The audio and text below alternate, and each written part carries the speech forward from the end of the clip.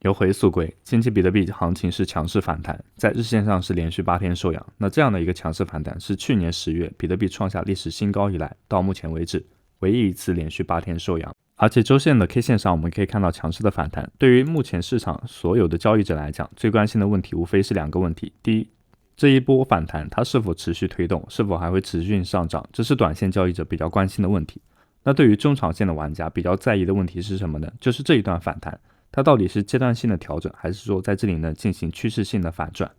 今天我们就2个问题展开讨论。首先是先讲结论跟观点。第一个问题就是短期的观点，我认为这一段的强势反弹还会持续。就目前来说的话，没有到顶，因为从 K 线上来讲的话，没有见顶的信号，而且它突破了我们之前讲到的关键阻力区74000。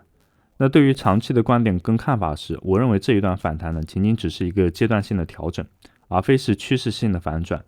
因为它并不是本轮熊市的底部。首先从下跌角度来看的话，下跌幅度来看，它没有达到每轮周期的回调点，就在这里呢，仅仅只是回调了 52.55%。按照以往最大的回撤点来看，比特币最终会在 4.5 万到5万区间见顶，这是从回调的角度来讲，我认为它还没有满足。那么再者从熊市持续时间来讲，过去几轮熊市的表现呢，大家可以发现维持的天数基本上是在300多天，也就是1年左右。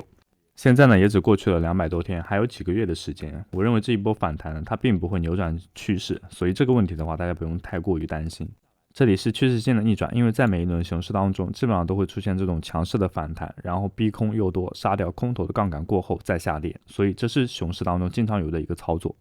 我们来对比一下前一轮熊市阶段当中有2次比较大的回调就反弹。那第一次回撤的话是大概落在了 40% 左右。第2次回撤的话是落在 46%。这2次调整其实对于市场来讲的话，都是造成了比较大的一个情绪上的波动。当时很多人就会觉得，首先第一次调整 40% 的回调幅度，所以很多人呢选择在这个阶段上去进行追高。他认为在这里呢是一个绝佳的抄底机会，但是后面市场就深深打脸，它从4万上方跌至下方的1万6左右，那迎来了更大幅度的跌幅。第2次反弹呢是调整之后呢走出了一个 46% 的反弹，当时的价格的话是最终落在了2万5左右的位置，但最终还是出现了价格下跌。所以在熊市当中出现这种强势反弹，会给市场很多交易者带来一个全面看涨的情绪，但其实这个情绪的话就是为了后续深度下跌在做准备。那它其实对于一个空头来讲也算是清算空头的一个价格行为。那我们看一下目前这一个阶段的调整的话，它只走出了 27.83% 的一个回调。如果按照上一轮周期来看，那它就有可能会走得更高。我们也画了一个相对应的平行通道，加上比特币站稳7万4的关键阻力点，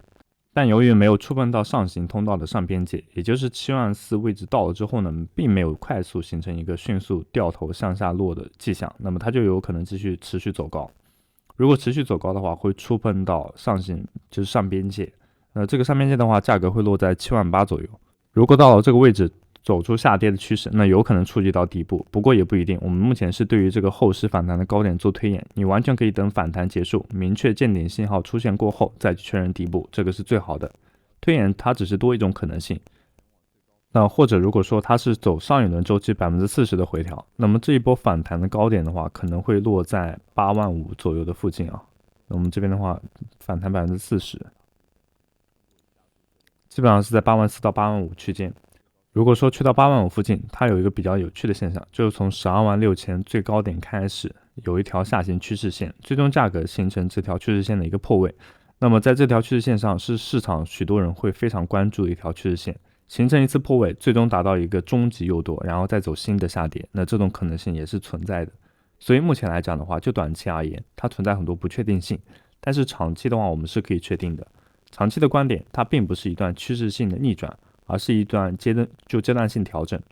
阶段性调整的话，无非就是反弹，终极反弹的高点就是在8万4附近。短期的话，没有办法确认它是怎样的一种形式上去。近期仍然需要关注的关键点的话，是在7万4。如果说7万4这个位置没有有效跌破的话，它可能持续走高。但如果一旦跌破，那就是新的下跌趋势。讲完了技术面指标，我们再来看一下基本面信息。首先看美国股市，不管是代表科技股的纳斯达克指数，还是代表大盘的标普500指数，全部都在跌。从2月28日算起，纳指跌了 2%， 标普500跌了 3%。原因是什么？因为战争阴霾导致资金恐慌性撤离风险资产。